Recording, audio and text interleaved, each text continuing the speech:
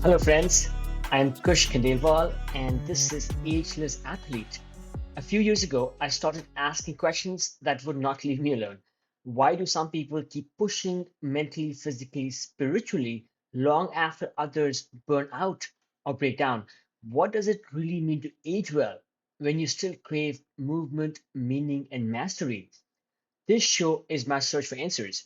Each week, I talk to elite athletes, everyday adventurers, and pioneering researchers who are stretching the limits of what's possible across age, injury, illness, and self doubt.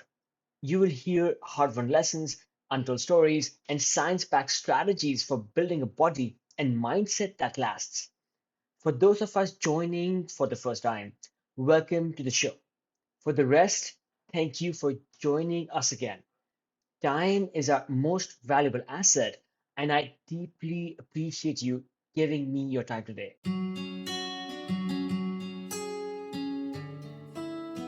Hi there. Welcome to another episode of Asia's Athlete, the podcast where we dive into the lives and minds of extraordinary athletes who defy the limits of age. This is your host, Kush Khandelwal. I am back in San Francisco after a lovely trip out to climb in Wyoming, explored Lander, some of the crags around the area, and finally had a chance to visit Ten Sleep Canyon. It was such a welcome getaway and really enjoyed the incredible climbing that the state of Wyoming has to offer. I am already planning my return. Today, we have a very special guest with us, Matt Samet. Many of you will already be familiar with Matt from his prolific work as a climbing journalist and editor.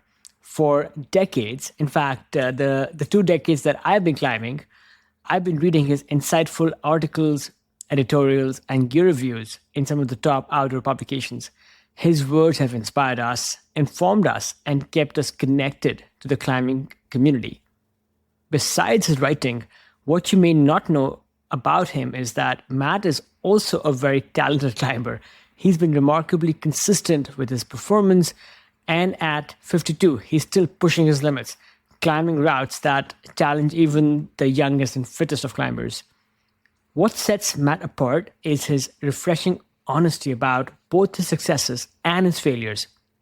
He openly shares his struggles, including overcoming addiction, and how these experiences have shaped him as both a climber and as a person. His journey of resilience and recovery is powerful and motivational, offering hope and insights to anyone facing similar challenges. We'll explore Matt's unique point of view on climbing journalism, where he shares his insights and experiences from years of writing and editing for top magazines. Matt also shares his routines for maintaining a balance between intense physical activity and mental health, a balance that has allowed him to continue performing at such a high level. Finally, I learned a lot from Matt's strategies on maintaining his motivation, his fitness, and his climbing prowess, essential for anyone looking to achieve longevity in their own athletic pursuits. Whether you are a climber looking for tips to improve your game or simply someone interested in the mental and physical resilience of athletes, this episode promises to be both enlightening and inspiring. Let's dive in.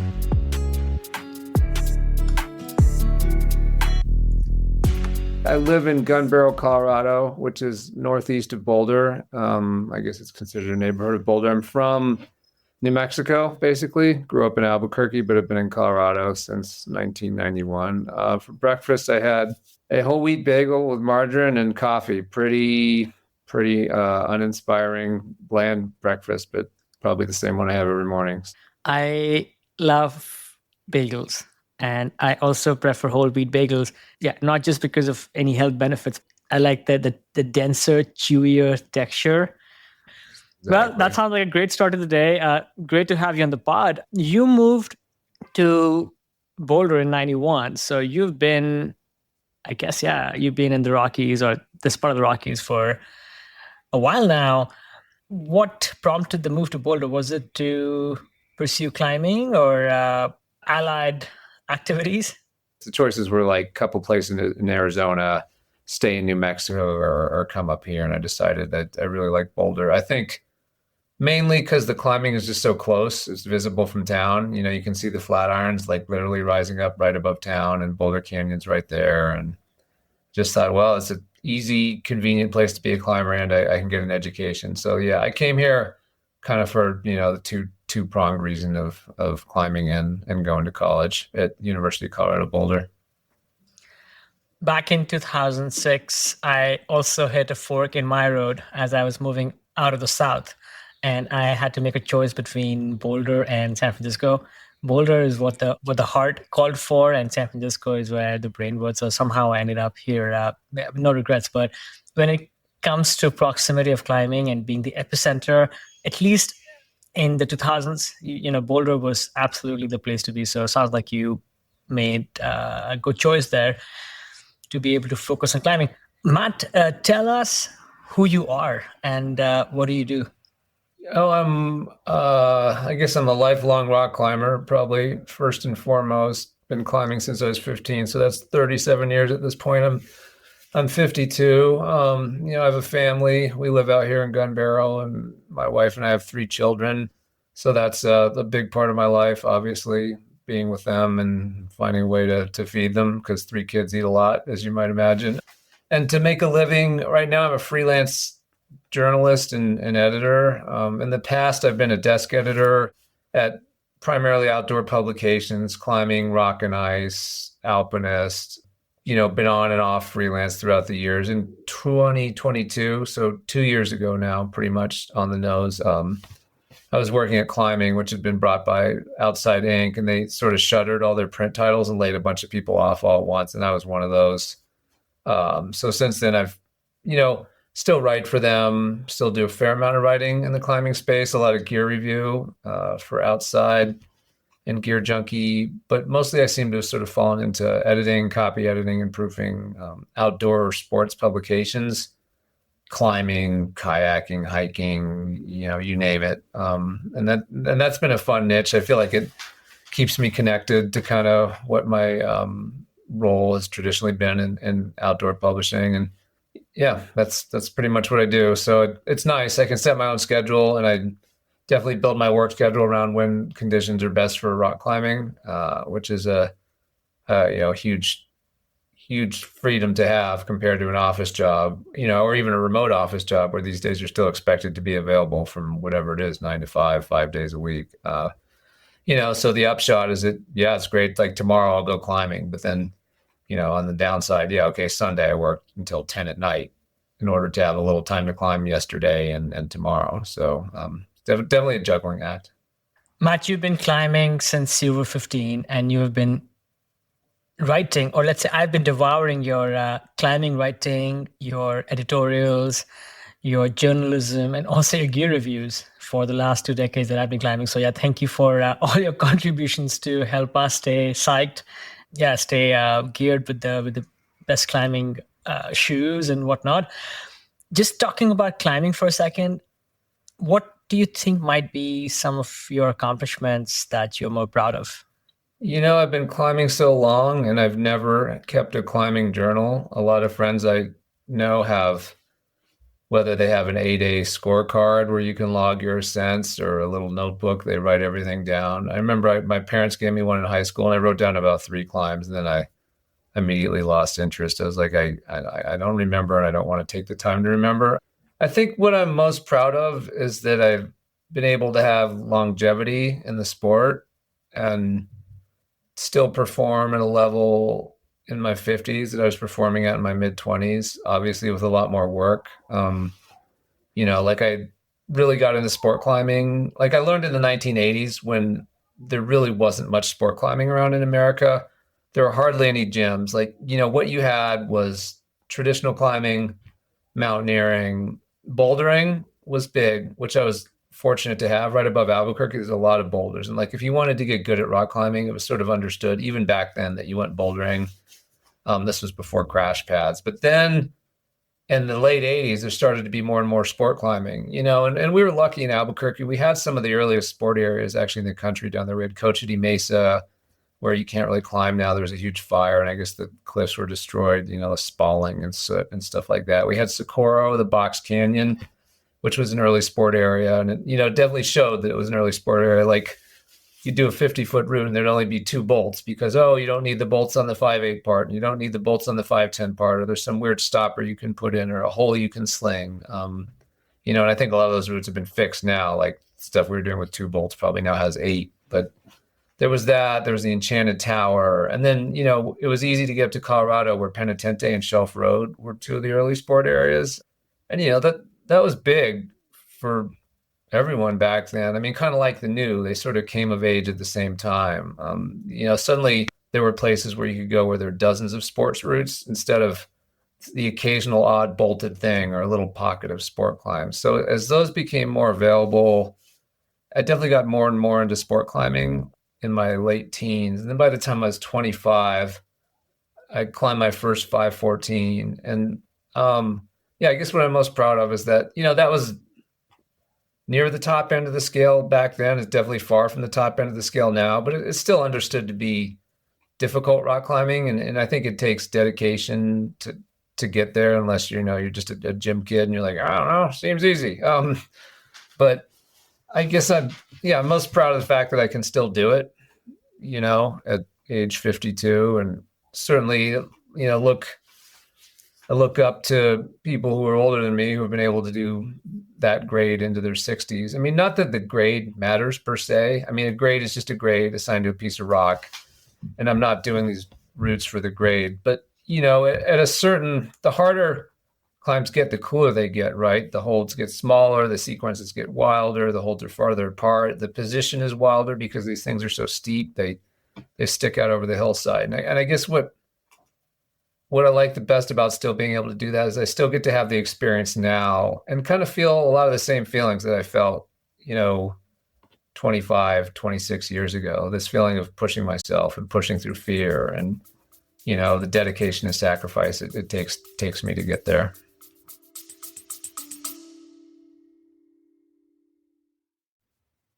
I've been thinking a lot about energy, not just in training, but in recovery, in focus, in how we age. So when I came across NutriSense, it hit home. It's a program that pairs a 24/7 glucose biosensor with a dedicated dietitian to help you understand how your body responds to food, stress, sleep, and movement, and then act on the data. I chose it because I wanted something real, not another hack or one size fits all plan, just honest insight into what's actually going on inside me and how to build habits that last. NutriSense has helped over 150,000 people take that step. And if you want to try it, you can get 33% off your first month with code Ageless15 at nutrisense.io. Again, that's nutrisense.io, code Ageless15. You can also find this information on the show notes for this episode.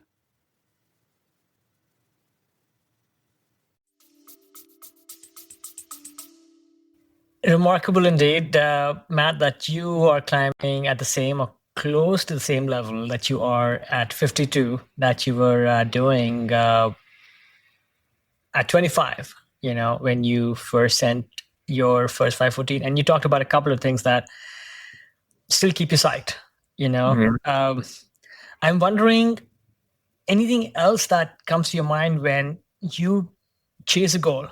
In a way, sure, grade, it's not about the grade, but grades help us, let's say, quantify progress, sort of a human need, so to speak. Anything that you can think about which helps you stay motivated to put in the time, the training, and the discipline to chase something that just, for a lot of us, gets harder and harder with age? I think for me, it's that there's just no alternative. I just can't think of what else I would be doing. Like, I've had periods where I've had to have long breaks from climbing because of my health and, found other stuff to do, go for a walk and do yoga. And, I'd have more time to spend with my kids. I mean, climbing takes you out away, 3-4 days a week. You're gone half a day, if not more. But nothing has ever given me the same sense of purpose and satisfaction as climbing. And I guess it just, when something gives you that much, it doesn't really even feel like a sacrifice or hard work to invest yourself in it. It just feels like, this is what I love to do. This is what I do. I'm going to keep doing it. I mean, there's certainly ups and downs. Like, this winter, so I have these local projects. I really like putting in new routes, putting in the bolts and being the first to get the first ascent. I like the kind of exploratory aspect, the puzzle solving of it. You're the first one to figure out the sequences. And, if you put the routes in, no one else really is climbing on them until you do them, which, gives you the advantage of having a little bit of peace and quiet in a pretty popular sport. So I've got these things I bolted around Boulder. One's in the Flatirons, another one's in a canyon west of here that, I had tried some and could do moves and link moves, but couldn't really link enough moves in succession to feel like, oh, these things are possible. But I could see that they could be possible. So this winter, I trained a lot, specifically for these routes, because they're both sort of in the same style, which is very, very bouldery. Both of them have like 2 cruxes back to back, a hard boulder problem into a slightly less hard boulder problem with no real rest in between, which just sort of requires that you fire your muscles in a certain way, recruit in a certain way. It's not sort of what we typically think of like with a long, hard rock climb where you're resting and slowing your breath at rest and slowing your heart rate and getting ready. This is just full on, like, once you're in the section, you have seconds to execute before, you go totally anaerobic and fail. And so I trained really specifically for those and got really close on one of them a week or 2 ago and put my whole spring into it. And then it got hot and suddenly I couldn't even do the moves anymore. And honestly, I was up there yesterday and I took all my quick draws down and everything and came home and just ate a bunch of chocolate peanut butter cups and just thought, what the hell am I doing with my life? I'm 52. I have 3 kids at home. I'm sort of semi-employed. And I've just put basically like 6 months into climbing like 60 feet of rock. Like, it's the most pointless thing ever, and failed. And I'm just thinking, why? Like, what kind of idiot does this? And, objectively, like most people in society would probably look at that and be like, yeah, what are you doing? Like, you're at the age where you should just be earning money and, I don't know, going to resorts with the kids, like package Disneyland stuff.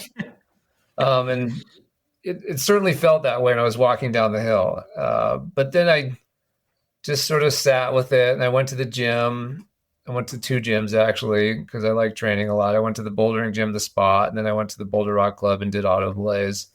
And when I was done, my body felt really good, just like climbing. And I was like, you know what? This is the thing that makes me feel the best. I don't really have a choice in the matter. So yeah, there's lows for sure with choosing to devote oneself to something like this, into a phase of life in which your body is A, breaking down, and B, society probably expects you to not be sort of pursuing this young person's activity. But I just came home like full of endorphins and like, okay, I'll come home and work tomorrow and take a rest day. And then Wednesday, I'll be just as psyched to climb again as I was when I was like 17 years old. And it's true. Like, I'm going climbing again tomorrow with my friend Brandon to a new cliff we found. And like, I'm excited, my pack's all packed. I got my water, my food, my snacks already. Like, yeah, I think that feeling, it diminishes. Like, we all lose our youthful enthusiasm for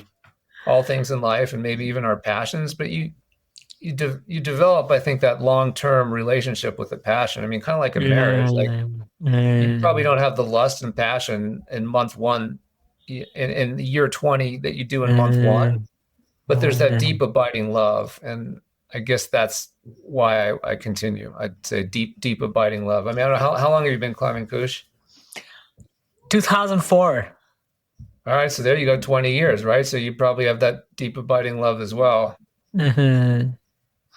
Yeah, it's nothing really, or maybe sometimes with surf, I've had that feeling of flow in the middle Mhm. of like wild and bountiful nature, but I'm a slightly better rock climber than I am a surfer. I mean, I'm pretty bad at both sports, but with climbing, I had to take a forced hiatus recently because of injuries and went out to Pine Creek in Bishop a few weekends ago. Mhm. And I was climbing with a friend who's a new belayer. So it kind of felt a little bit like free soloing, to be honest, but I was just climbing routes I had done before. And, part of it could be envoi that, yes, I have done these routes before. They were just warm ups. But then you start climbing them and you start exploring new features in that same route. Like the first route was like a 10 plus, but a super long, like 35-meter pitch. And there's some parts of it that I remembered, but then there were other parts of the route that I'd forgotten. And as you Mhm. start feeling around the surfaces and your body starts like melding into the features and you start learning to press and pull and do all of those great things, like, I'm like, yeah, I mean, if this is a way to if this is one way to waste a perfectly good life, then I'm I'm very happy wasting my life on a very pointless but a very fulfilling activity. And yeah, I think marking the end of the season. Yeah, I think I was in Denver recently, and it had started getting warm, so I can imagine that some of the cracks that, or some of the routes, especially the style that you described, are no longer maybe at the prime for you to go after them. I guess they will still be there. Would love to get a little bit more into your training and psych for a second, but again, just going back to your early years, you took your love for climbing, and at some point, you married that up with writing, and you have been writing around climbing for more than 2 decades now, I think. So, wanted to understand, was that a conscious decision to begin writing in climbing as a career, or were there like some happy coincidences that came into play where you found your talent for writing merging with your passion for climbing? How did that happen, Matt?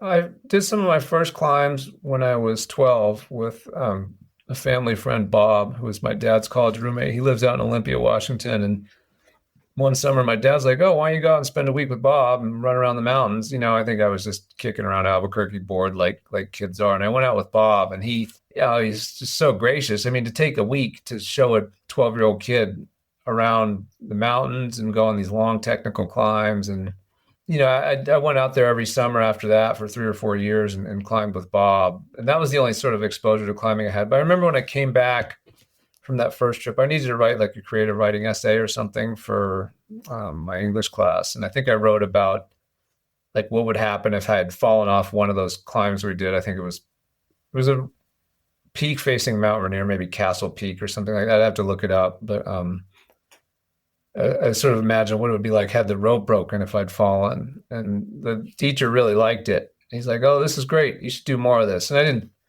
think much of it. I mean, obviously, there's not a huge market for 12-year-old fictional prose about climbing accidents that may or may not have happened. But when I came up here to college, I was a geology major at first, but I have no brain for science. I'm too much of a blockhead, and was sort of casting around for a major. And my dad's like, "Oh, what about journalism?" He's like, you like to climb, maybe you could write about climbing once you're done with school." So it was my dad's suggestion, which was a good one for sure.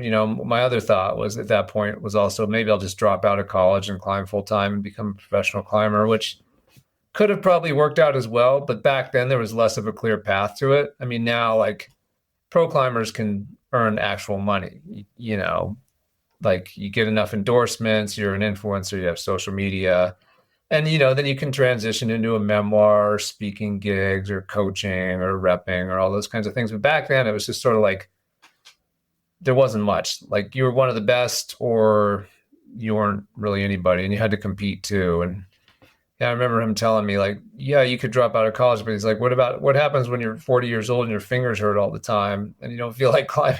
Which is kind of funny because that's 12 years ago for me now. And my fingers are fine. But he had a point. I think the main point he was trying to drive home was learn a skill. And so I'm definitely grateful that I studied journalism, and then that let me write about climbing. I got into it actually through Climbing Magazine, which used to be this kind of the juggernaut of climbing publication. And the first thing I ever wrote for them, ironically enough, was a report about a competition down in New Mexico, the White Rock Meltdown, which is held at the Overlook Crag in White Rock, New Mexico, near Los Alamos. It's like on the rim of the Rio Grande Gorge. It's a basalt cliff, but they had like a 1 day competition where you just try to do as many routes as you want. And I remember that I won the competition, and then I was stuck. They were supposed to have someone else write about it, but they didn't have anyone else. And I knew the editors at Climbing Through Rifle, and they're like, "Oh, you should write something." And so I did. But then I was stuck. I was like, I had to write about myself, but I was also I don't know. I remember writing about myself in the third person because I was like, I can't write in this news piece that I won the competition.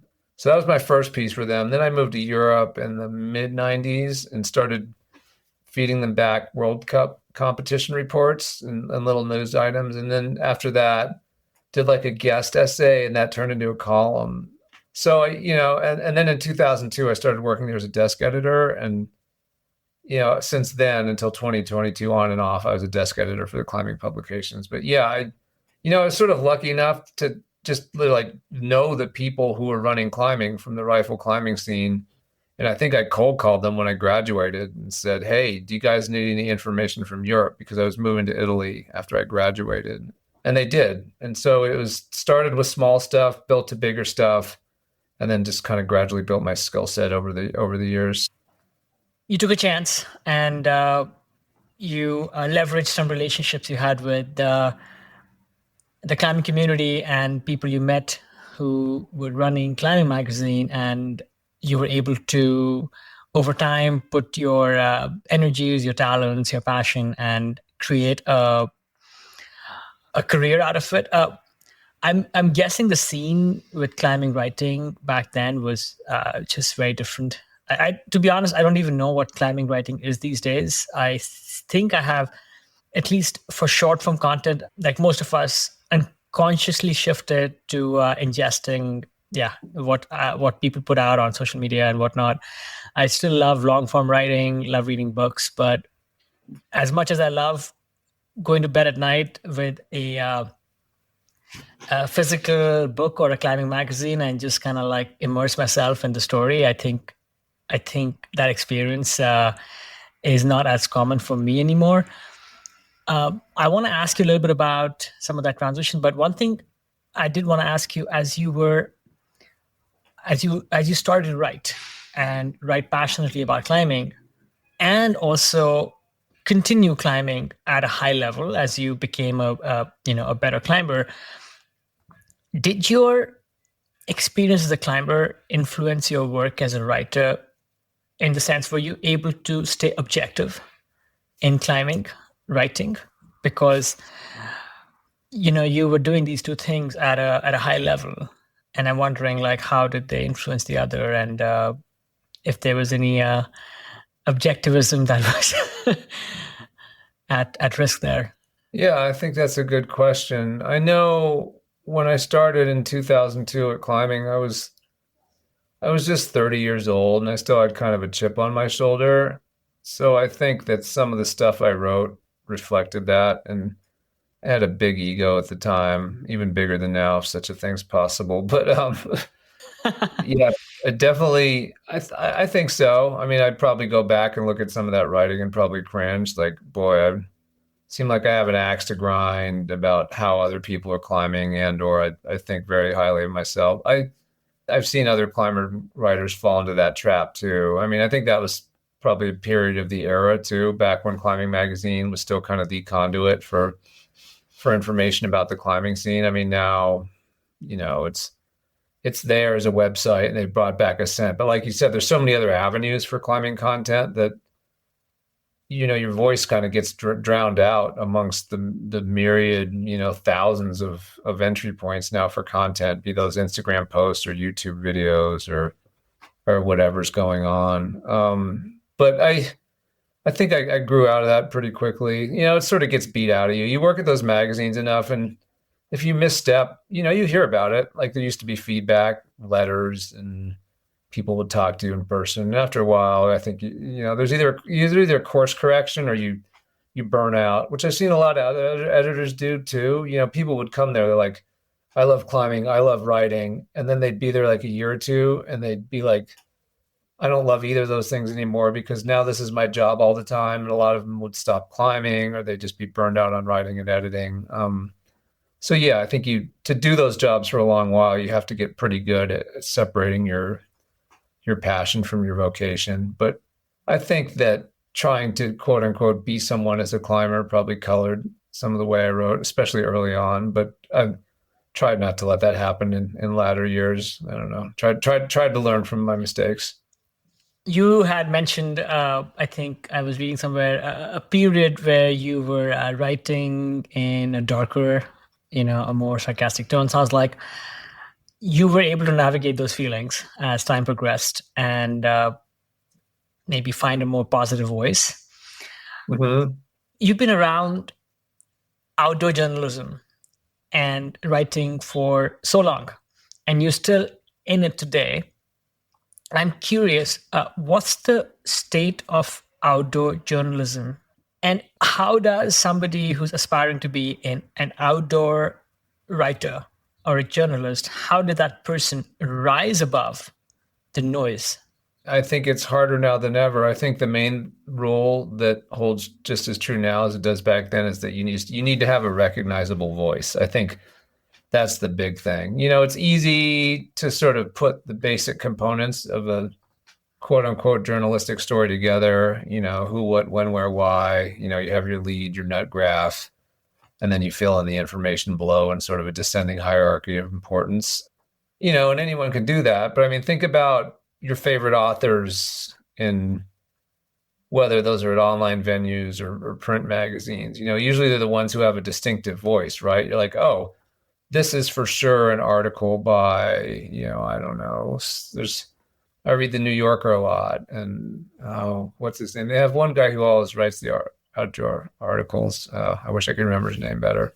Sure. Or William Finnegan, for example. There you go. Yes. Who wrote Barbarian Days. Like, you could pick up a piece and it wouldn't have his byline, but you could probably in 2 paragraphs be like, oh, this is William Finnegan, right? Like, he just wrote that piece in the New Yorker on the longtime surfer in Hawaii, the guy in his 70s, who's sort of like a local legend, but never really wanted any fame or notoriety or even money from it. And you can recognize that very much as a William Finnegan piece. And I think that's how you stand out. You have a voice and you have a viewpoint. Whether you're right or wrong almost doesn't matter. It's just that you have a voice, you have some conviction, and you stand out from the crowd. I mean, I think that's probably the best way. In terms of how you get your foot in the door these days, I'm not sure. Because like you said, I don't even really know where the door is. It doesn't seem like anyone does. But yeah, I mean, if you're just starting out, posting your own content, wherever it is, make sure you have a viewpoint. Or like Magnus Midtbo, you can see the evolution of his channel, but he's always sort of been himself and had a viewpoint and been sincere. And I think that's what attracts people to him. He's not just like, hey guys, climbing is great, I love everything, this sort of anodyne viewpoint. He's like, here's what I'm into, here's why I love it, and I'm going to show you me doing it. And people respond to that. And that makes a lot of sense. It is having that unique voice. And it's just that one has to be a bit more strategic and maybe work a little bit differently to get that unique voice out to people because yes, the marketplace is indeed so crowded. What are the kinds of writings that you are most immersed in today? Longer form projects, short term projects. You mentioned you left Climbing Magazine a few years ago, but you still do some writing for Climbing and for the outside family of, let's say, publications. I seem to do a little bit of everything. I sort of will pitch a little here and there.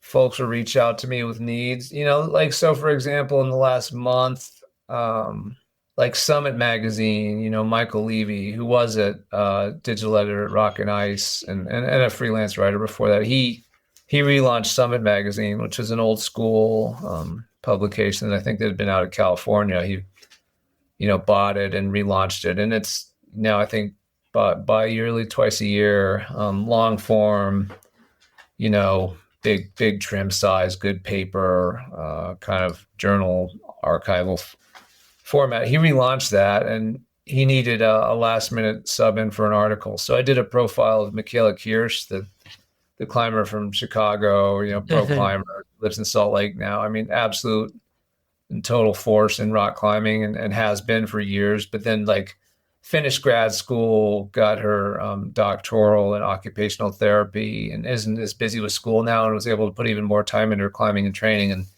went to Spain, you know, in over 6 weeks, just did a slew of like hard 514s and a 515A and, you know, 514 on site, like routes at the very cutting edge, like one of the best trips I think anyone's ever had. And I thought, well, this is cool. Like, how did she get there? You know, she's obviously already was very talented and a hard worker and has, you know, decade or two of results to show that, but she'd kind of leveled up. So I spoke to her and spoke to people in her life and tried to sort of understand her process behind leveling up. And that was fun. You know, that ended up being a 2,000, 2,500 word piece, you know, longer form, really like a niche thing, but also I think a niche thing that hopefully people will respond to, because whether you're a rock climber or whatever your sport is, we all want to get better. So when you see someone do it, you know, you sort of have to wonder, like, what's their secret sauce? So I did that. And then, like, right now for climbing, I'm working on a shoe review. Just started testing a new rock shoe from La Sportiva, the Mandala.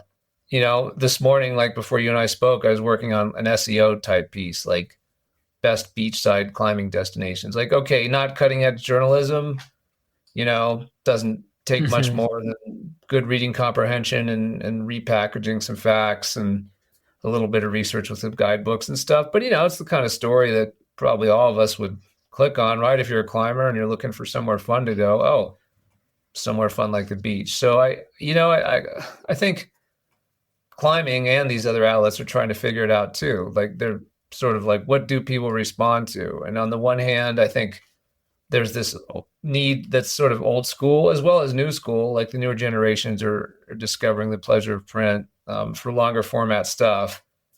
But then there's also the demand for the quote unquote clickbait. And it just seems like there's sort of these two sometimes competing forces at work. But yeah, I don't know. I mean, one thing I will say is there's definitely no real demand for climbing news anymore like there used to be. And that used to be one way that, you know, a guy like me could make a living, is kind of doing a deeper reporting on like a hard ascent. But these days, you know, they go up on Instagram almost immediately. All the reporting is self-reporting by the climber. It's all right there. So what value do I bring as a third party, being like, oh, how hard was that hard route? You know, it's already been disseminated. That is an excellent point that I think it's easy to forget, which is, again, you know, just until a few years ago, we would wait for that climbing. I mean, for the post person to bring the bi-weekly or monthly issue of the climbing racks to the doorstep and like, and I like pour over like all the new things. And somehow that's just gone, because now you can just grab all of that. But I think the work that you're doing in unearthing the longer form stories, like the one around like the phenom Michaela, I think that is, again, quite valuable, because it is, again, like peeling back the layers. A question for you around the writing process itself. Are you using any AI tools to help your writing? Oh God, no, never. They seem, I don't know, everything I've seen that was written by an AI or that I've seen posted to me looks like a middle schooler who was told to write a 2-page report and was out of ideas by the second sentence, but then just kept filling the pages. I could never. Fair. No, I think I will at least agree with this, that when I read your writing, I'm looking to listen to Matt speak and not for somebody else speak. So I appreciate your answer there. I wanted to talk a little bit about some of the challenges you've had, Matt, over the years. You nearly lost your life to benzo addiction. Where are you now with the addiction? You know, it's such a tangled story, but the long and short of it is, in my 20s, I started having anxiety attacks. And, you know, from there found tranquilizers, benzodiazepines, and formed a habit. Had periods of addiction with them for sure. I have not taken benzos, or I haven't taken benzos since 2005. And when I was trying to get off benzos, they piled all these other psychiatric medications on me. I haven't taken any psych meds since 2006. So we're talking almost 20 years now. But it damaged my nervous system, which I think is fairly common for a lot of people. Iatrogenic damage. So I'm doing pretty well now. In 2013, I had a big setback. I had healed pretty well until about 2013. I had a big setback. I think there's certain triggers when you have a really sensitive nervous system. And I've noticed people who have Lyme disease or MS or chronic fatigue, they have a lot of these same triggers, overexertion, heat, stress. There can be external inputs like alcohol or another medication, even in a small dose, that can really send people into a tailspin. And in 2013, I basically overexerted myself in the heat. I think I'd been drinking too much coffee till then, and had been having like one drink a night, which doesn't sound like much, but there's a lot of cross tolerance with the same neuroreceptors that benzos hit. So I'd sort of set myself up for a tailspin. And that hit me hard in 2013. Took me a good couple of years to even get stable again after that. And I didn't really climb during that period. And it also caused a lot of health issues that I had to address. I think just the chronic stress of being in this really bad way with some symptoms again. And then since then, I've continued to heal. I still for sure have my challenges. There can be insomnia, but I don't really let it get to me at this point. I mean, I just deal with it. Trouble breathing, and I can have like weird stuff with my muscles and nervous system where, especially in the heat, where I just don't function well. Like my muscles get really tight or kind of burning, or I have trouble breathing. And, that obviously gets in the way of climbing, which is another reason. Like I said, I had this local project and it got very hot, very fast, went from like 60s, 70s to 80s, 90s without much transition. So I've been a little sick the last couple of weeks, but in terms of taking those pills or anything like that, I mean, that's so far in the rearview mirror. I don't. I mean, I drink some coffee. That's about it.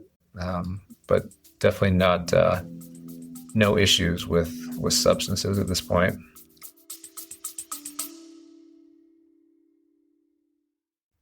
Friends, it means a lot that you're here. I pour a ton of heart into the show. The research, the interviews, the editing, it's all me, trying to share stories that matter.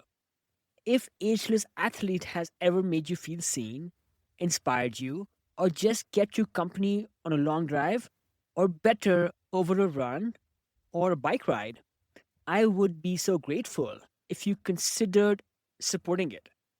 Even a small amount helps keep it going, helps keep bringing the show to you for free. You can chip in at buymeacoffee.com/agelessathlete. Again, buymeacoffee.com/agelessathlete. You can find the link on the show notes as well. Thank you for listening and for being part of this. That's really great to hear, knock on wood. One thing you said is that overexertion makes you more vulnerable. Mm-hmm. And, again, you are pushing yourself with training and with all the modalities to climb at a very high level. Do you think that might just open the door?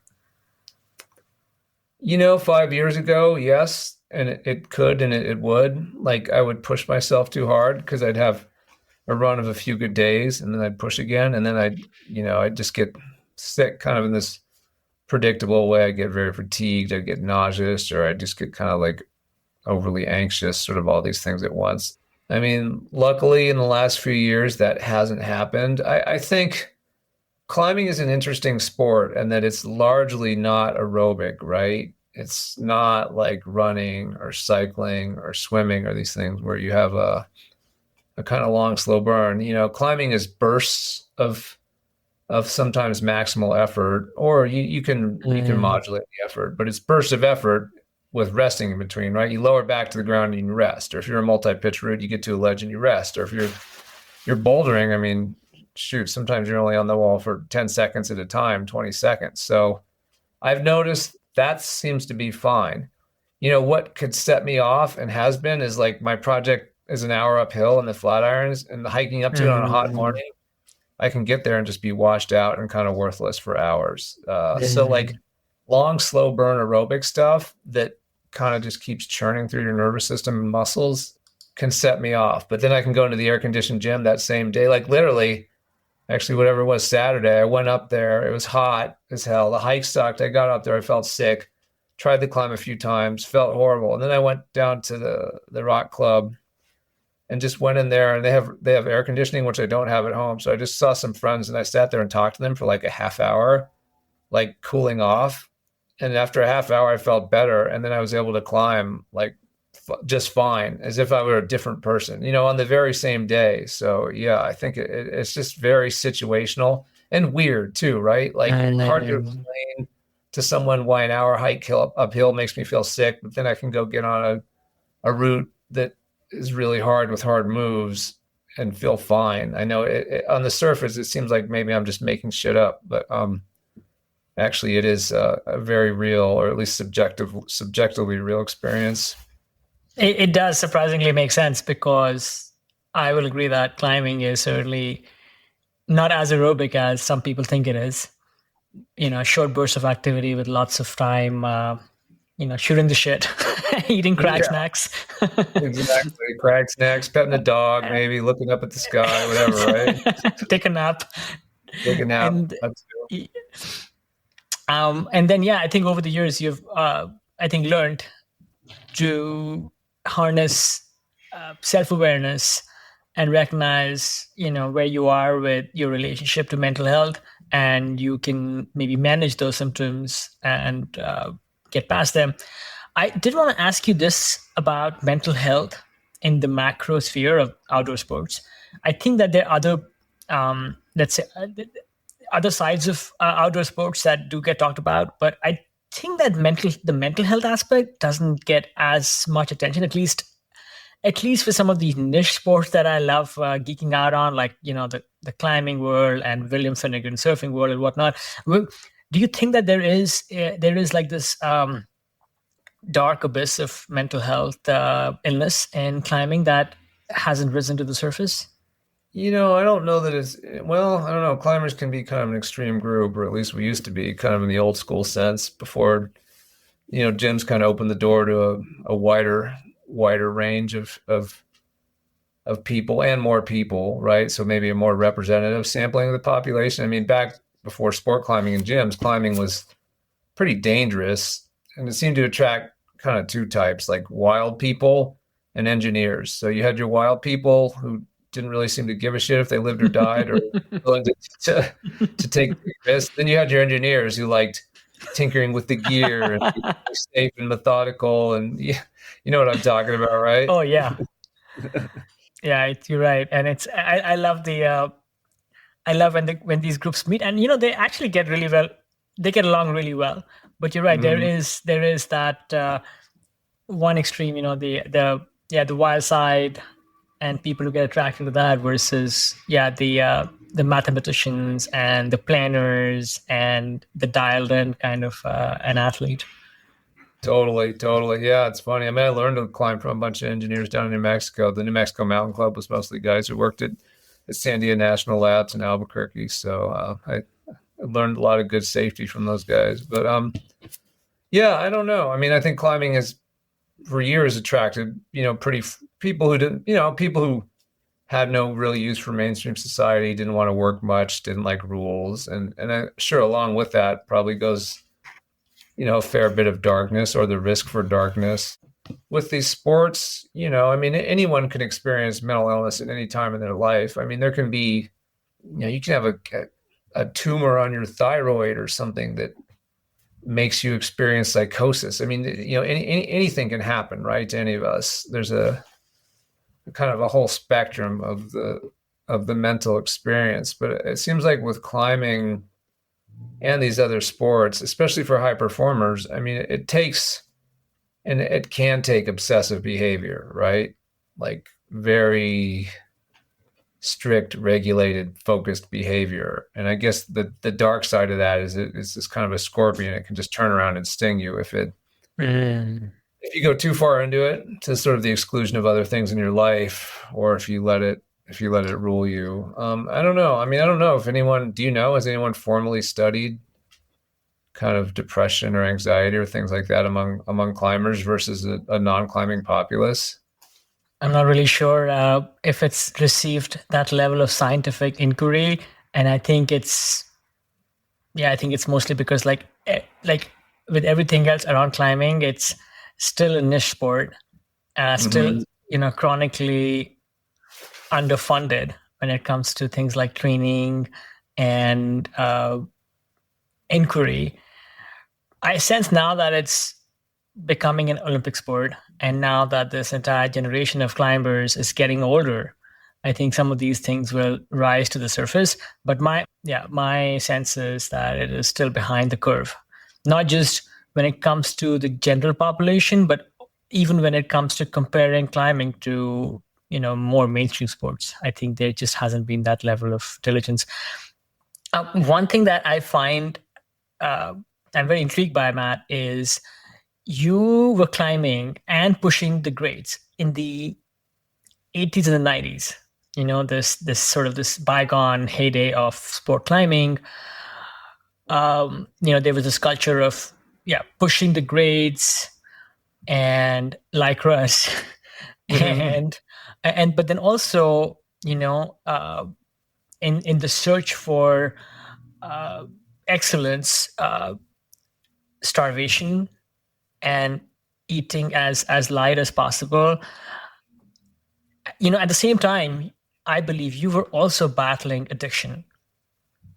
You were peaking climbing, but also mired in these other issues. To me, this sounds somewhat improbable, that you could climb at that level, but also have this crisis going on. Yeah, sounds like an insane time. Could you tell us what was happening back then, and how did you deal with it?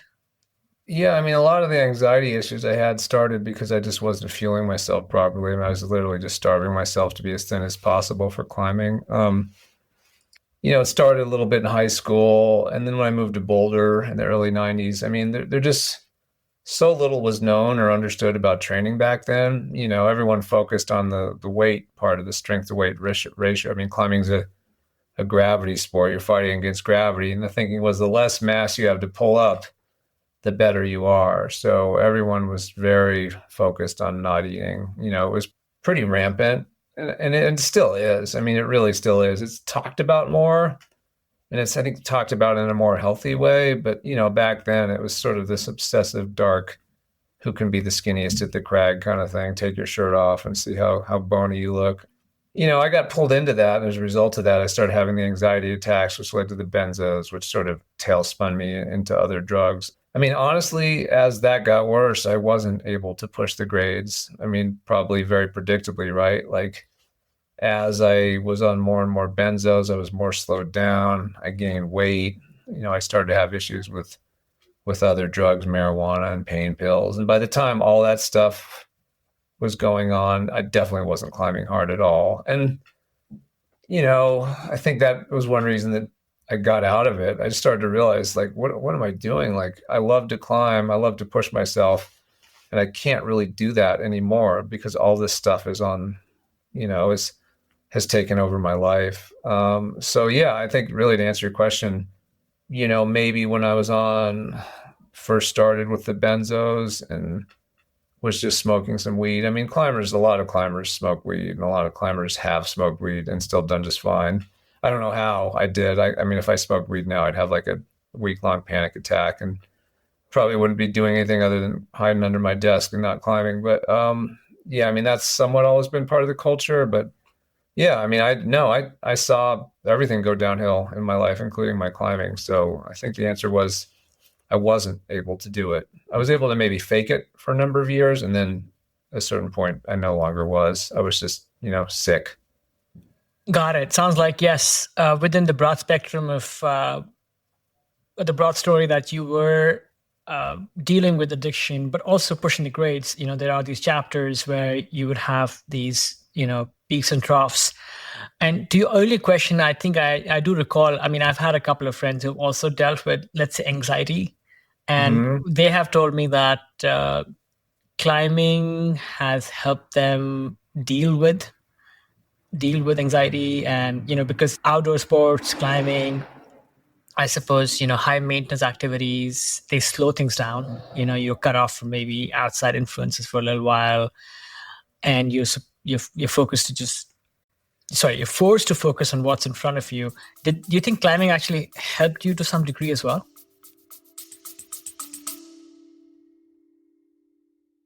Hello, friends. Just a quick break. This is not an ad. If you have been enjoying these conversations, I would love for you to subscribe to my newsletter. It is where I go deeper, sharing stories, reflections, and behind the scenes insights that don't always make it into the podcast. I write about what I'm learning from elite athletes and how to stay ageless in body and mind. If you have ever wanted a thoughtful, inspiring read that ties it all together: training, aging, mindset, and awe. You will love this. You can find the link in the show notes or just head to agelessathlete.co. Again, www.agelessathlete.co, that is, to sign up. And yeah, just a couple of emails a month, and you can unsubscribe anytime. Absolutely no spam ever. Okay, back to the show. Oh yeah, for sure. I mean, when you're climbing, it's like it's immersive. And on a good day, you find flow. I mean, you're pushing yourself just the right amount to find flow, and I think that's better than any drug out there. So yeah, for sure. And I think there's just something to be said for being outside. Like today, I walked the dog, but then since then I've been inside the whole time. And like I can tell, like when you and I are done talking, I need to go outside, even for 5 minutes, just to, I don't know, wheel the recycling bin to the curb or whatever it is. But I think just not being inside, like the fact that climbing takes you and puts you outside, or if you go to a gym, the fact that you're moving your body and creating endorphins and using up that energy, I think are very healing. And yeah, they can take your focus off yourself. I mean, that's what anxiety is, right? It's just you sitting there like sort of self-immolating. I mean, depression is too, to a degree, but yeah, I think climbing by dint of being demanding, physically and mentally and emotionally can get you out of your head, which I think is very good. And like I said, get you outside and moving. The power of movement and of vitamin D can. Totally, exactly. Yeah, vitamin D, right? Just getting some sun. So sometimes all it takes. Matt, while you were climbing at a high level, editing climbing magazines, and also dealing with all these things, you managed to start a family. And now, like you said, you have 3 kids. I'm wondering, any coping strategies that you have found have worked for you and your family to keep moving and progressing? Oh, I thought you meant strategies for me having to cope with my kids. Because that's probably the biggest one. And the answer for that would be I go climbing and then I'm gone all day and I have to deal with it. But that's just a semi-serious answer. Yeah, I don't know. It's interesting. Kids are, I mean, they live in the moment, right? They kind of completely live in the moment. That's sort of all they know to a certain point in their life when they sort of start thinking more about the future and then this and that. So a lot of dealing with kids is sort of talking them off the ledge when that moment isn't going well for them. Honestly, we have actually, all three of our kids are high energy. Our youngest, who's a little girl, she behaviorally is very easy anyway, I think because she's a girl and she just doesn't think of, trouble. But our boys are high energy and they're very good at like finding trouble and getting into trouble and creating trouble. And my wife, after years, like any parents, you try this and you try that, you read an article and you listen to other parents, and because all parents are dealing with it. Like, how do you get your kids to listen? How do you get them to stop doing stupid shit? How do you, get them to to behave when they need to behave. And the biggest thing we found that works is when they're kind of out of control, quote unquote, dysregulated. We have them run stairs. We have them run around the cul-de-sac in front of our house. It's like they're exploding with energy and they're not finding anywhere good to put it. So it's like, go run 30 stairs till your quads are burning, or go run around the cul-de-sac,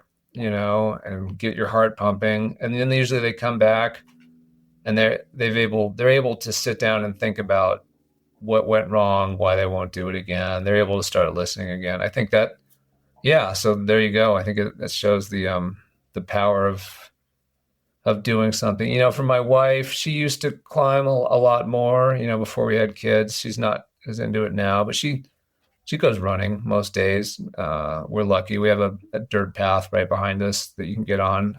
So yeah, I think just moving, like I said, moving your body. So I think that, yeah, just helping them, like, obviously there's just all this like physical energy in them, almost like a charge that needs to discharge before they can Got act it. like human beings again. Got it. Sounds like, you have been savvy at figuring out some of these tactics. Or just desperate. And that was like the last idea we had. Oh shit, send them to run some stairs. I don't know what else to do. At least get them out of the house for 5 minutes. And yeah, it seems to work. Excellent. I wanted to shift a little bit back to some of your routines that you have found have helped you succeed over the years at staying motivated and performing at a high level with climbing. Matt, what do you think have been some of the most important things that have helped you stay healthy, mind, body? Any strategies that you have developed to be able to continue to push yourself? I think the thing that's been most useful for me is just having a use it or lose it philosophy. I know that maybe sounds kind of banal and trite and predictable, but it also just seems like it's the truth. Like, the older you get, if you're not using those muscles and if you're not pushing yourself, it can go away pretty quickly, on a physical level and on a habitual level. Like, I see guys my age or a little older at the gym, and you can tell they've kind of stopped pushing. They like put on the big comfy rock shoes and they top rope routes that are technically probably not that hard for them. And that's fine, right? They just want to move around and do climbing as a meditation. I'm not interested in that, at least not yet.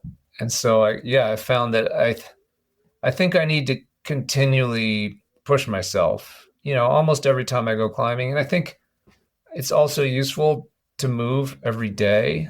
There's a lot of thinking out there, and you'll hear other podcasts who are like, well, on your rest day, you just need to lie around and eat and have some ice cream and watch YouTube. And I mean, maybe that would work. I don't know. I don't have the luxury of doing that because I have 3 kids and have to work.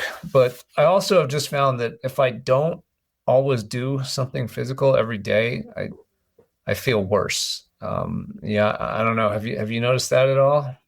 I certainly feel stiffer, if nothing else. Like, I have to put in time every morning, mobility and some physio that I'm doing. And actually, for me, it's also very important to do some of that same thing at night before I hit the bed.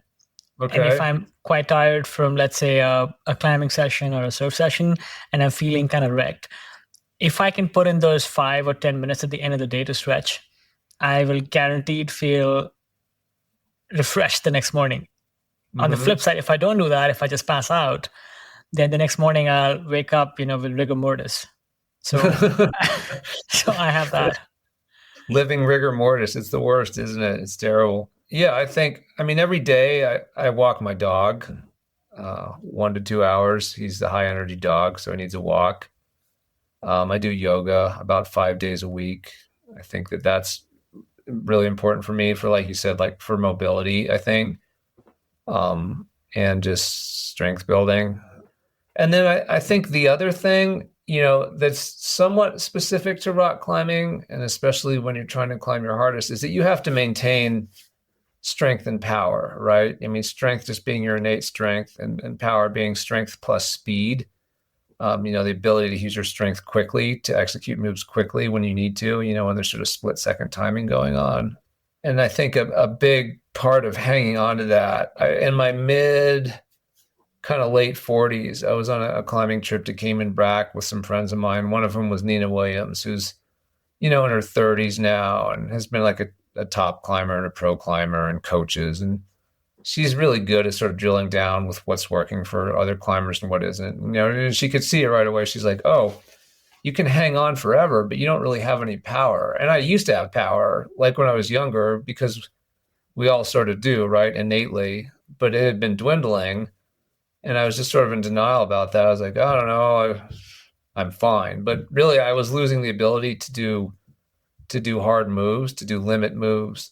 So I've worked with her over the last 5 years on training programs that I use in the winter. But a big part of that has been boarding, moon boarding, which is a fixed angle wall at 40 degrees with a grid of 198 holds connected to an app that lights up the holds and pulls up boulder problems. And most of the boulder problems involve jumping between, pretty small holds. And it builds a lot of power, like a lot of finger strength, a lot of power, a lot of contact strength, a lot of ability to do sort of split second execution. And I think that's been key, especially as I move into my 50s, is like do that once a week, maybe twice when I'm training, and lifting weights as well. Like doing these things to hang on to strength, but also to try to improve strength. I mean, I do feel more powerful now than I have. I probably had more power in my 20s, but these training tools weren't around back then, so I didn't really address it as directly. Using those things, weights 3 times a week, moonboard once or twice, has really let me see and maintain gains from my 40s into my 50s. That is remarkable indeed, that you in some ways feel more sharp than you were in your 20s. I did happen to chance upon this video of your enviable garage training setup, Matt, and yeah, you have these circuits that you made up, linking like your home wall to your moon board.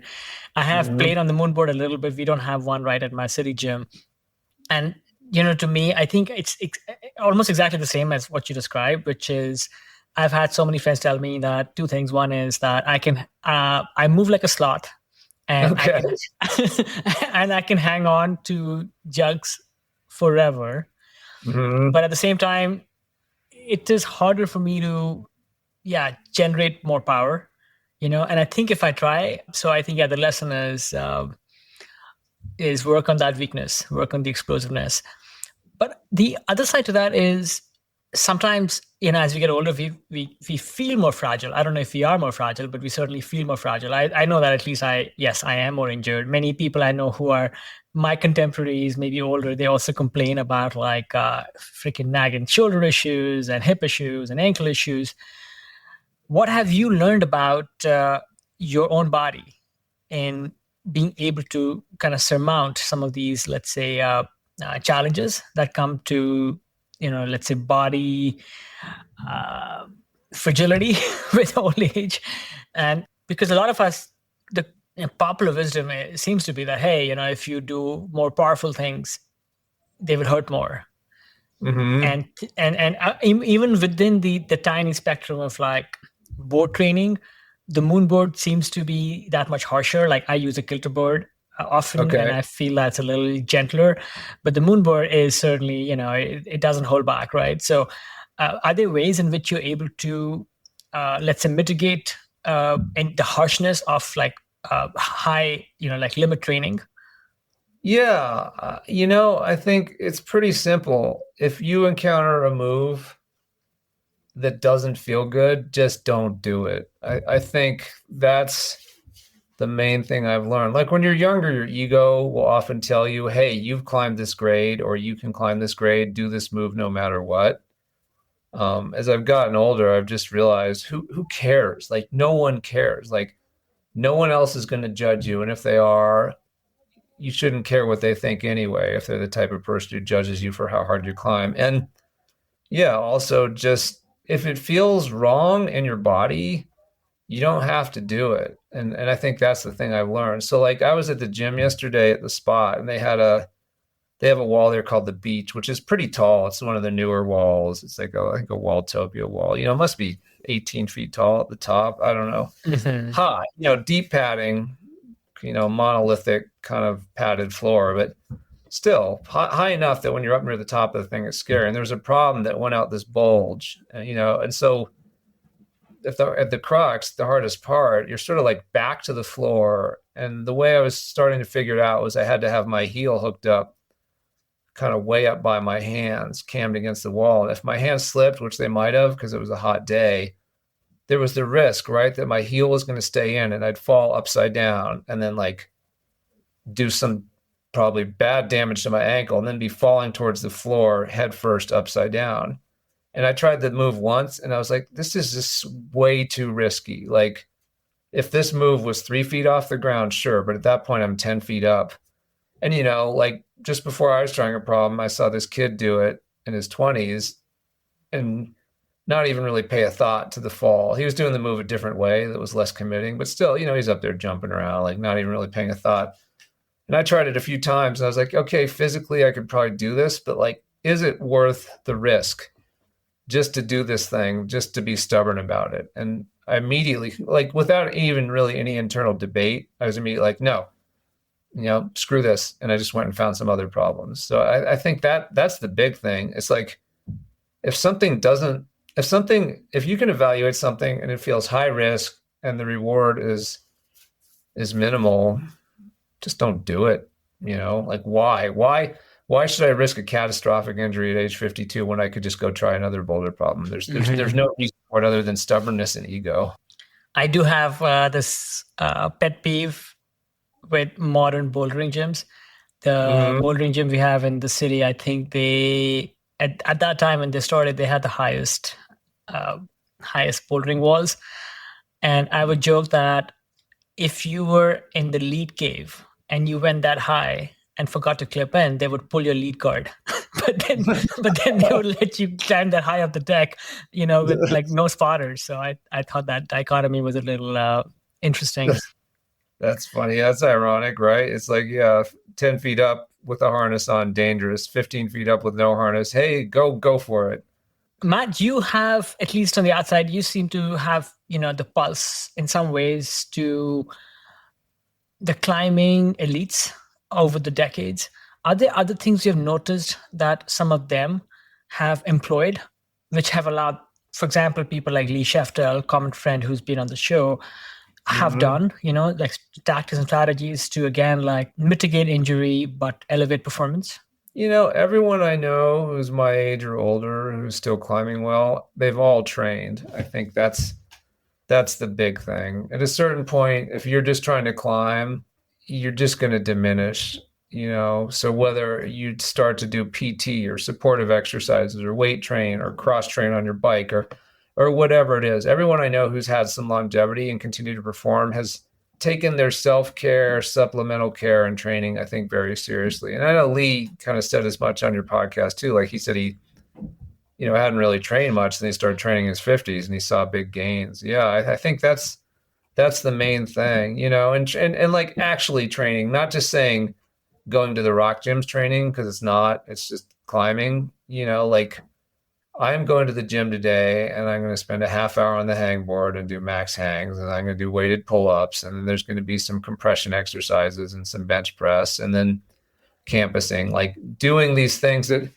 honestly are often pretty boring and repetitive and can be painful, but that are the things that make your body stronger, that give you the resilience. I think that's the big thing. And I think mobility, like you said, whether it's yoga or stretching or Pilates or wherever it is you do, continuing to take your mobility seriously and not just let yourself, like you said, sort of ossify and turn into rigor mortis. Matt, sounds like you got some sound advice from Nina, who's inspiring as an athlete.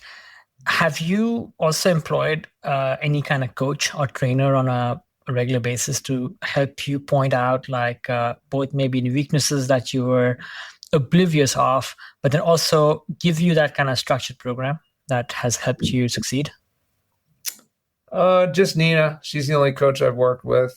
Yeah, I mean, I always try to ask my climbing partners, if I'm struggling on a route, and especially if they do it and I can't, I'll always ask them how they did it or this or that. Or if I'm struggling on a route and we've all been up there multiple times and they've seen me have good days on it and bad days, I'll ask them maybe what they notice about how I do a move on a good day versus a bad day, things like that, nuances. But no, other than Nina, I haven't employed a coach, and I didn't really work with her on movement based stuff until this year. It was more like she gave me a training plan, I followed it. But this time I did a couple in person coaching sessions with her, bouldering and on a board, and she gave me some good movement stuff. I mean, a lot of it, honestly, I think some of it is a little bit of old dog new tricks. Like, yes, there's certain things I could do to move differently, but I don't know that they would benefit me at this point because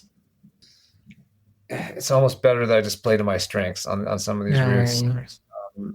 I tend to be a little sloth like you. I mean, I have sped up, but I tend to climb pretty square frontally and not do a lot of like jumping and crossbody reaching. And I will go and work on those skills like on boulders and on the boards. And often I just find that I'm getting more tired by not climbing the way my body wants me to, which is kind of like hips open, square to the wall, frogged out, high feet. So yeah, I think it's been helpful and helping me see some stuff, but I haven't had more than a couple sessions of that. Well, I saw a couple of your videos on climbing on the moon board, and you seem pretty dynamic. So, sounds like strength or not, sounds like you are able to harness that power and that rapid twitch movement where it's needed.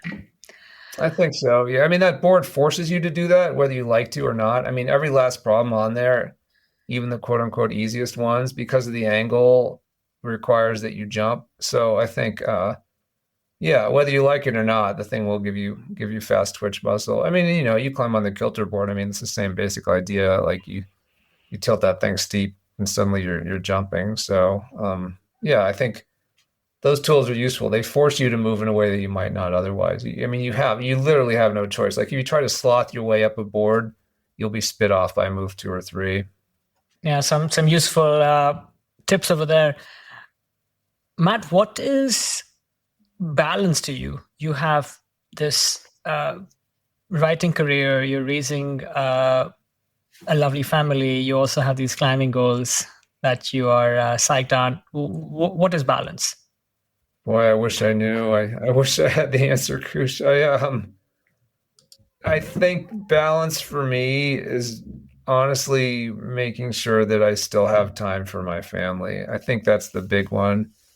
And a lot of that is FaceTime because that's important for kids. I think they need to see you and be able to talk to you and find you. But a lot of that is also behind the scenes logistical support. I mean, frankly, it's exhausting. Like I'll come home from a long day at the crag and there'll be 2 hours of chores at home because we have 3 kids, whether it's dishes, laundry, pickup, food prep, grocery store. I mean, you name it. Like it's all the stuff that everyone has to do every day, but the more people that need to be cared for, it gets magnified. So I guess, yeah, I think one thing that's nice about the freelance work schedule I have now is that it's easier for me to find that balance. Like, I mean, I'm just trying to think of a sample day. Like today, I'm at home working. I worked in the morning, but like my kids have been around. My wife ran to the dentist, and while she was there, the kids were around, and like I went out and helped them try to download some video games and make sure they had lunch. And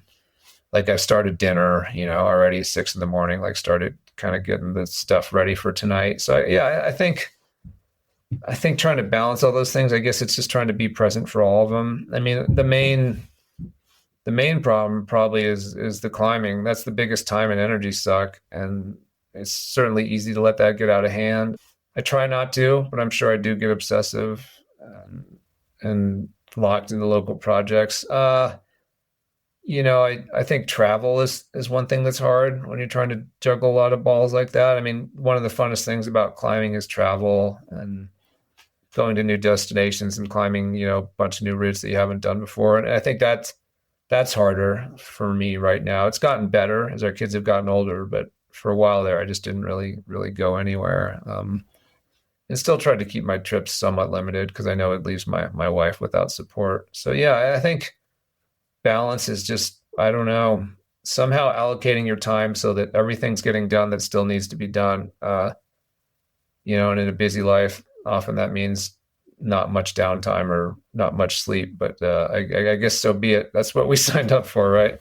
Everything else in life thrown in, plus a very time-intensive hobby to keep it all interesting.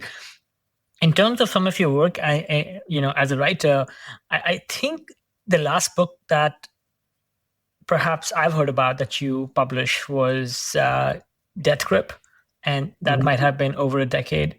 Any current writing projects that you feel like sharing with sharing with us that we should keep our ears primed? I haven't written, like you said, a book in 10 years. I wrote a couple books for the Mountaineers, wrote Death Grip. I've written some guidebooks. No, I don't have any big writing projects like that on deck. Around 2015 or 2014, even right after Death Grip came out, I got back into magazines more on like the proofreading, copy editing side, and then moved back to climbing. And until 2022, all I was doing was magazine work, which just doesn't leave much time or energy for writing books, especially if you're also trying to climb. I mean, I guess if I wasn't climbing, I could come home at night and write, but that wasn't going to happen. So yeah, no, nothing on the horizon. Frankly, I found it's a lot easier to edit other people's books than to write your own, and pays better too, because you get paid an hourly or flat fee. With a book, you get paid in advance against royalties, and you might make a lot of money down the road. You might make none, and my books haven't sold super well, so I haven't really seen royalties from Death Grip. But it's honestly my main focus is just paying the bills for the family, and editing and taking on kind of shorter magazine type work is more of a sure thing, and then pays better. Matt, your writing has inspired me and many of us over the decades. Who might be some of your favorite writers in the outdoor genre? And you mentioned William Finnegan. Obviously, he is phenomenal. I can read his book many times. Others that you could point us to? John Krakauer has been a huge influence and someone I really look up to. I started reading his books and essays back when I was a teenager. Eiger Dreams, and then obviously like Into Thin Air and Into the Wild, and his latest book I think that came out was Missoula, right? About the rape and sexual assault on campus up there. But I don't know, he's just a very good storyteller and a very thorough researcher, and he weaves it all together, beautifully, and makes it look effortless, which of course means it's not. David Roberts was someone, he's passed away and was very prolific and a great author. I always really appreciated his stuff. I don't know, I have a whole shelf of mountain books behind me. I've read some recent memoirs that have been really good. Katie Brown's memoir was excellent. She was a phenom and a big comp climber in the 90s and early aughts, and just sort of laid her soul bare in this memoir. I haven't read Beth Rodden's yet, but I'm excited to read it. Just actually copy edited a translation of Thomas Huber's memoir, which is really cool.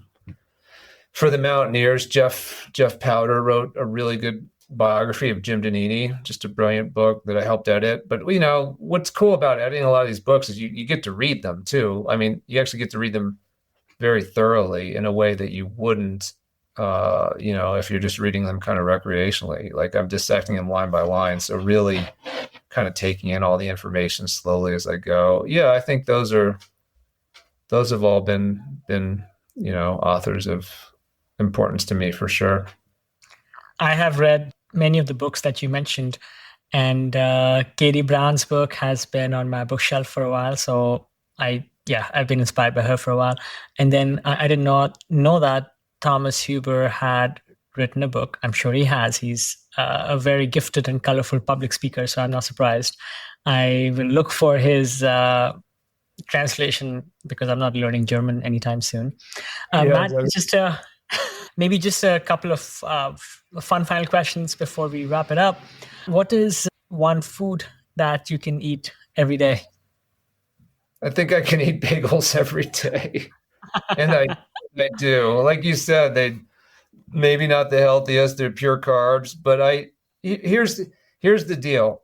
I get up really early to climb, and en route to most of the crags I go to, there's a local chain called Moe's Bagels, and they have day-old bagels that they put out on racks, and if you get there first thing in the day, they're still basically fresh because they just put them out the night before, but they only cost like half as much. So pretty much every time I go to climb, I pick up a big bag of bagels, and it's a cheap way to feed my kids too. So there's a lot of bagels around, and I love them, and I end up eating lots of bagels. Yeah, no, bagels are delicious.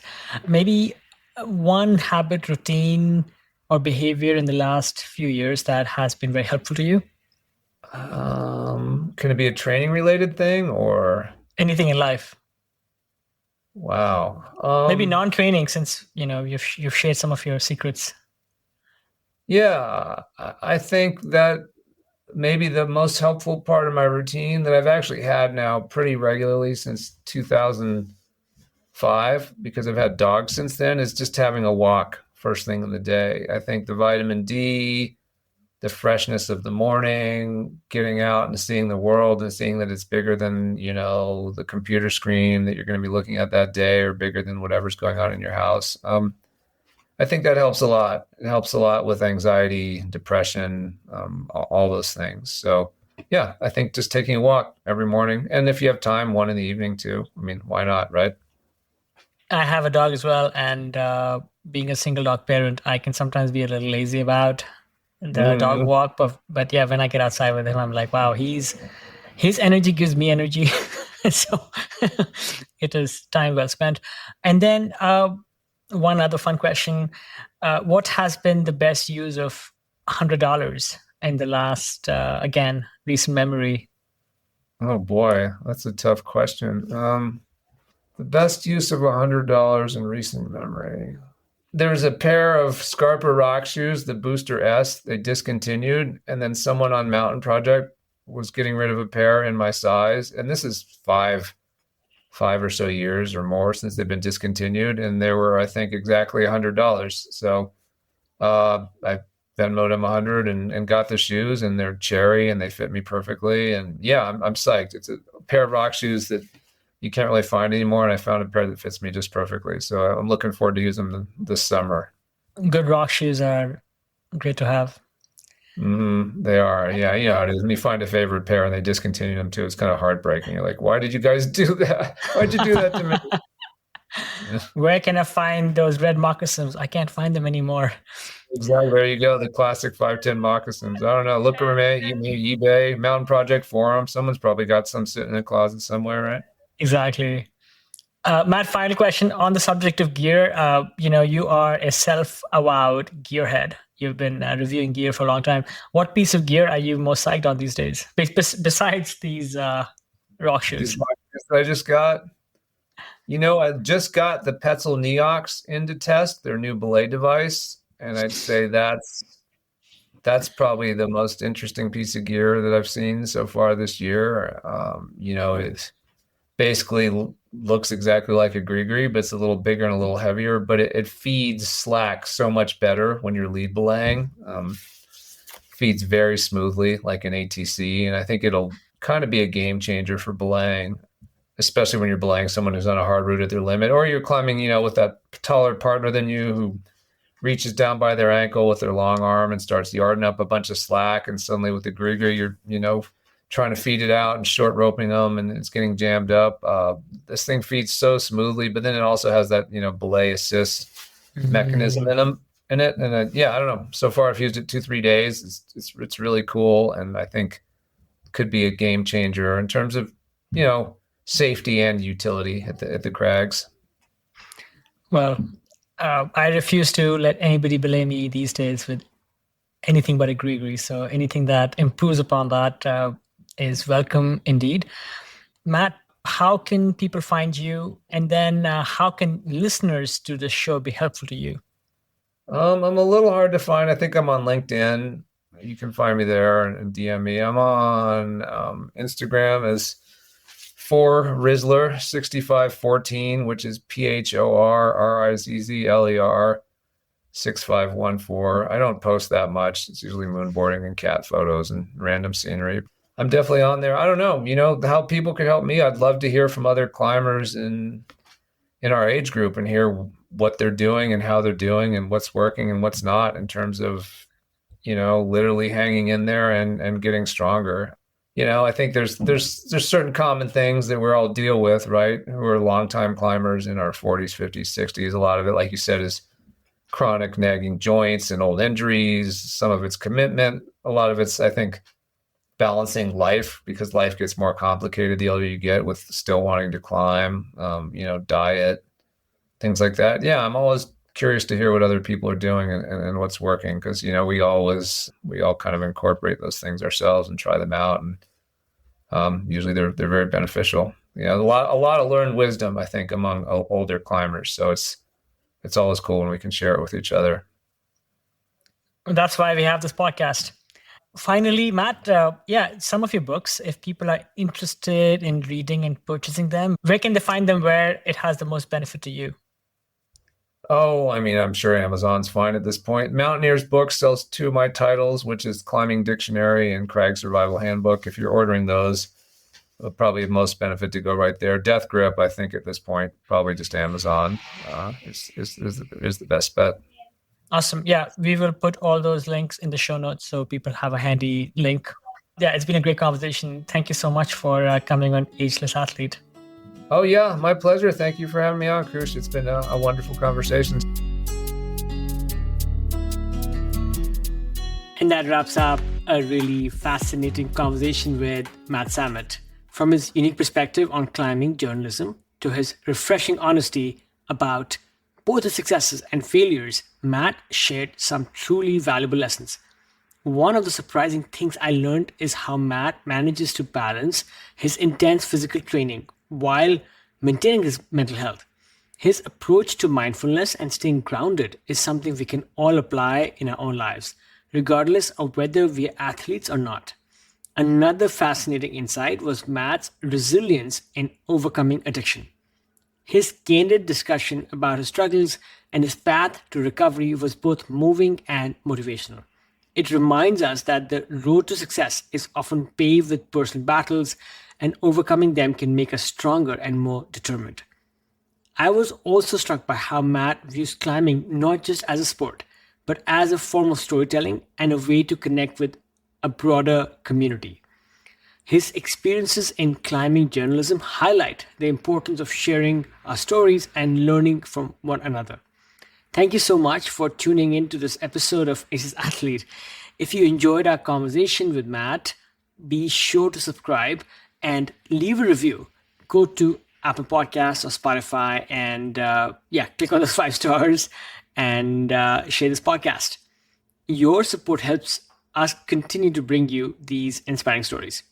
Until next time, stay active, stay healthy, and keep pushing your limits. Remember, age is just a number. It is your spirit and determination that truly define you. Until next time, stay ageless, my friends.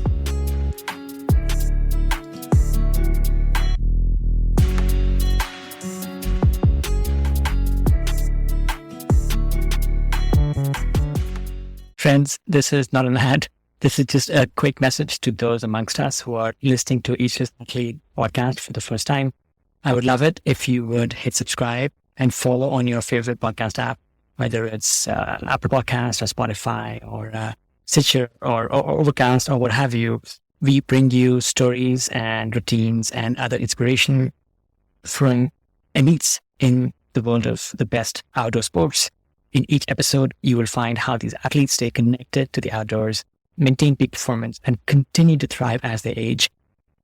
I encourage you to look through prior episodes and listen to a couple and see if they resonate. And then, come back next week. We release an episode each week.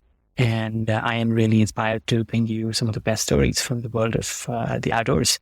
Okay, back to the show.